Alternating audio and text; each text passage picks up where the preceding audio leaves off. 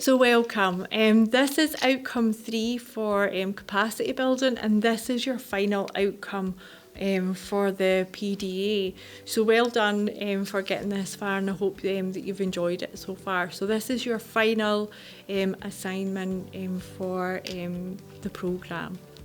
So outcome 3, really there is a lot of crossover from outcome 2 here, and you'll also go back to like your values and principles a wee bit. So have a think around what you did for your values and principles.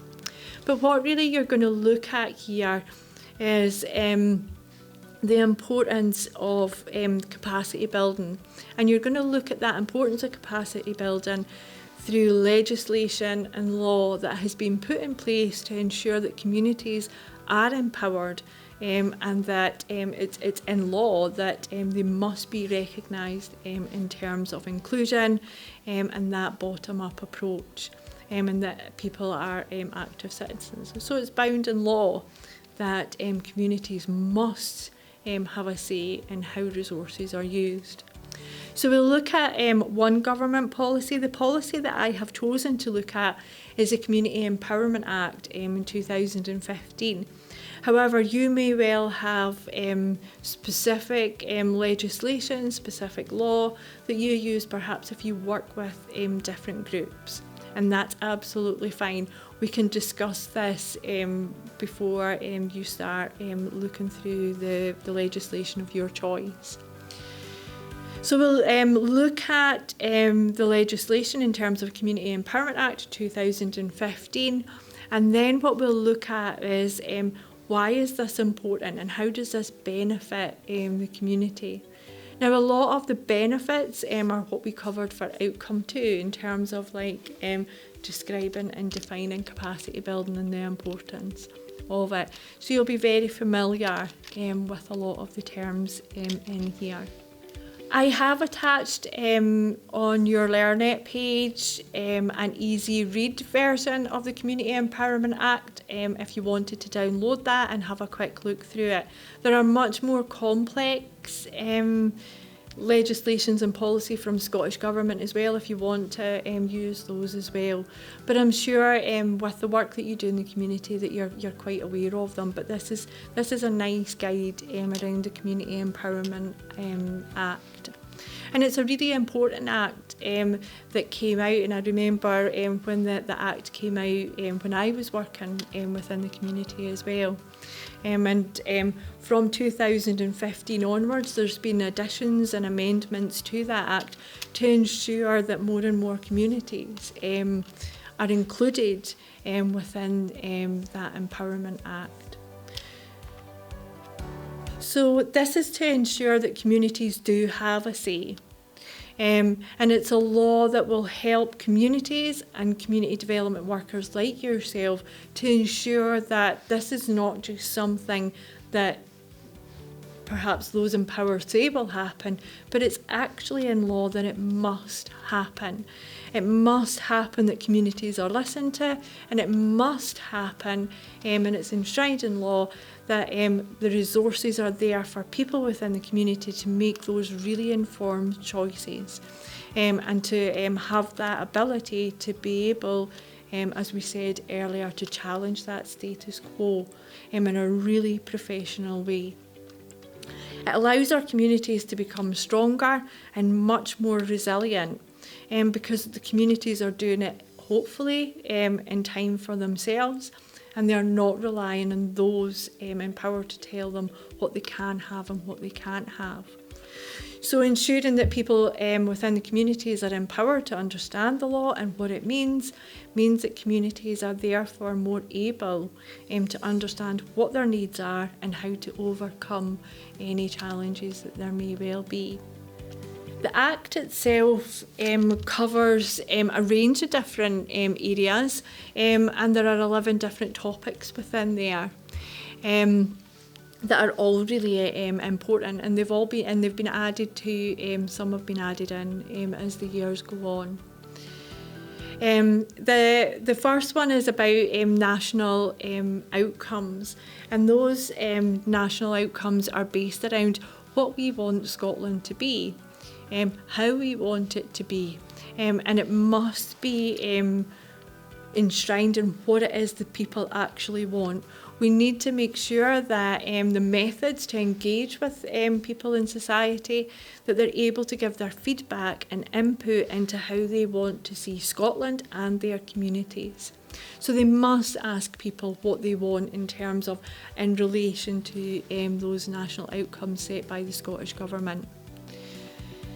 Community planning, public bodies must work with the communities in order to make people's life much better within community planning.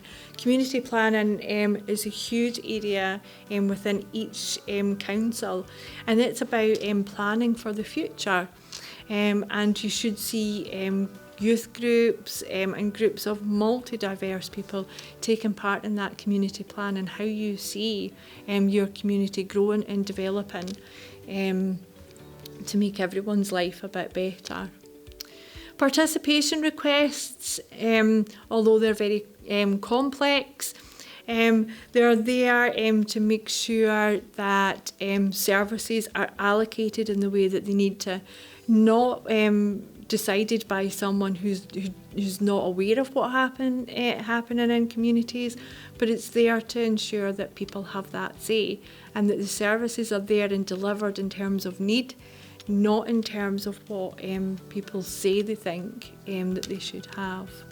The community right to buy land and asset transfer kind of sit together, and they are around giving community groups that opportunity to buy land or to buy community assets. This is about social return of investment, and not just in terms of like capital gain for business or for the council. It allows the transfer of assets from the council, who perhaps don't use buildings anymore, to community groups who do need them, and they should be transferred for a very nominal fee. We see this around about Dumfries in terms of the men's shed, the food train, and Let's Get Sporty all have taken part in that asset transfer, where they have been able to take over buildings at very minimal cost. Forestry Commission functions, and that allows community groups to be able to buy forestry. I mean, the forestry does belong to the community, it belongs to the people, but it's about how communities use their forestry. And here in Dumfries and Galloway, we have a huge community within Dumfries and Galloway that's encompassed within forestry and what it does. Football clubs, to make sure that people within their football clubs have a say in how they're run, and they're not just run by official groups in there. Common good is around how councils look after common good property. It belongs to the community. The community should still have a say in what that common good land or resources are used for. And it really is about that really good communication between perhaps community councils and councils around how those pieces of land or those buildings are used. The people within the community have that opportunity to say how the council manage that common good property. Allotments. The council, we have seen an increase over recent years about allotments, and again that's about allocation of land and how allotments go from just perhaps being a field to be developed into those allotments. But it's also about making sure that there is provision there within communities for people who want to take part within their allotment and want to have allotments as well. Participation in public decision making, and that's something that will probably be part of your working day most often, and it's about making sure that the public are aware of what methods of engagement are out there to make that change. People have to have that say in the decisions that are made. And the last one is non-domestic rates. A lot of charities, social enterprises should be working with the council in terms of like how their rates are worked out in terms of operation of their business, their social enterprise, their volunteer and organisation, because things should be in place for groups to be able to run effectively for the community. All of these 11 areas are put in place in order to empower communities. It's about involving them and having that bottom-up approach. At each stage of any kind of developments in the community should be involved and they should have their say. And that's really about that part 10, and it's your role as a community development officer or working within the communities to ensure that people within your communities know what decisions are going to be made and how they can input into the decisions and influence perhaps change, especially if it's going to have a negative effect on their community. How do you incorporate the Community Empowerment Act into your community work?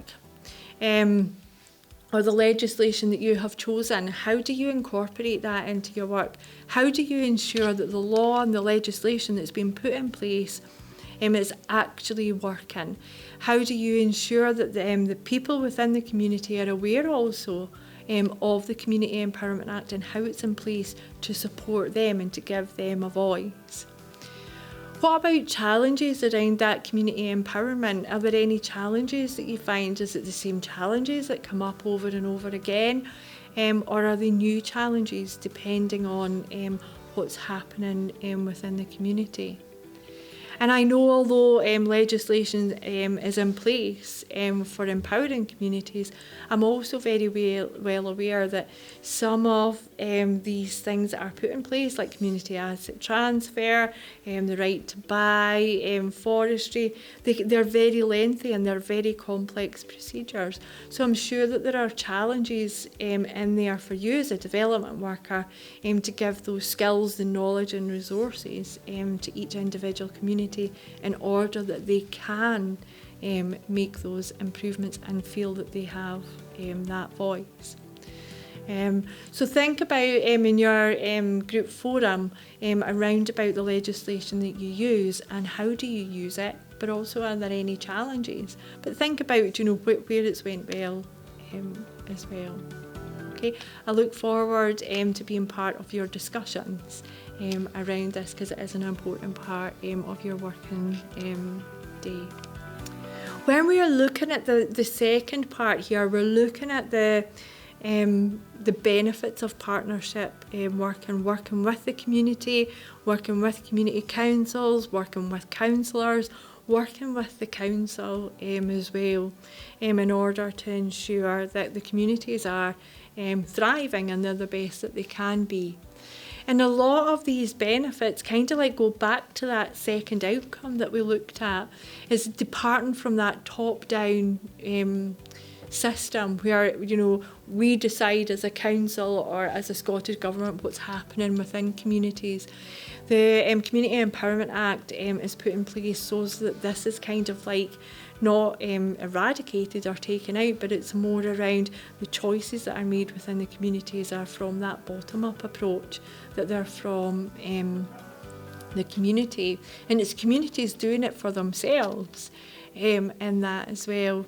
It's that inclusive approach, making sure that communities are at the heart of that decision making, that they feel that they have a voice in here, about that ownership of land and that ownership of resources.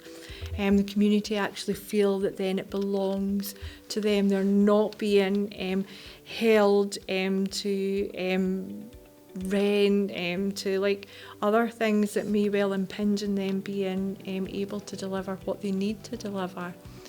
as well, and it's about that collective action, coming together, ensuring that groups can come together with that common bond to make that significant change. We know a group of voices are much better, and it's getting those organisations and community groups to kind of align and recognise that there are other groups out there kind of looking at making changes within those processes. And again, when we go back to those values and principles, it's about that equality and recognising the diversity in our communities. And that really impacts on not just short-term plans, but those long-term plans. We see councils and government that they have strategies and lots of kind of like areas in place for the next 5 years. Communities need to be part of those decision-making processes and what those strategic plans look like for their future, and to have had a say in what they are.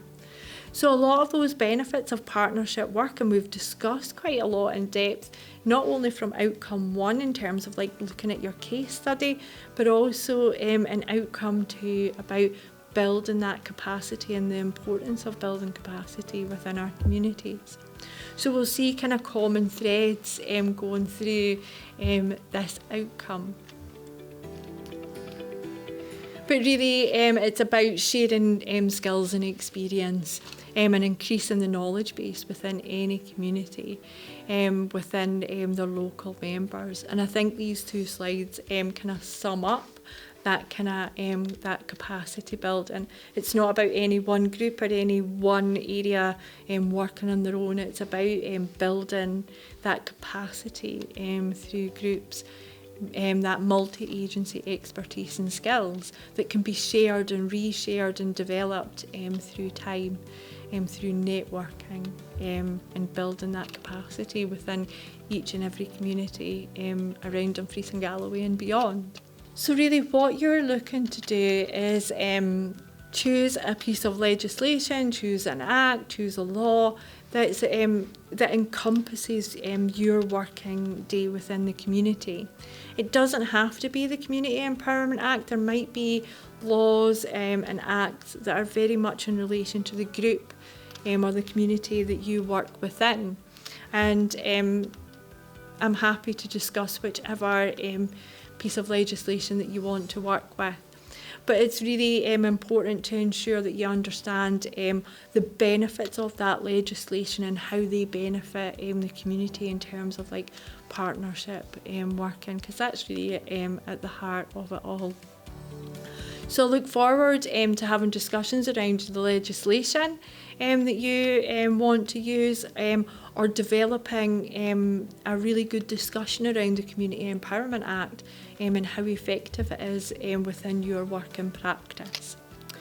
So we're looking here for your assignment to kind of look at one government policy and describe and outline the benefits of that partnership working, in which the law or legislation kind of outline. So we're looking again at 500 words in there for that. Okay, so that's us come to the end of your teaching and learning for the unit, but we will probably meet up before we finish the whole programme. But again, your forums are there to use for all of the outcomes, and I hope to be able to support you to build up your knowledge around that capacity building and beyond. Okay, thank you.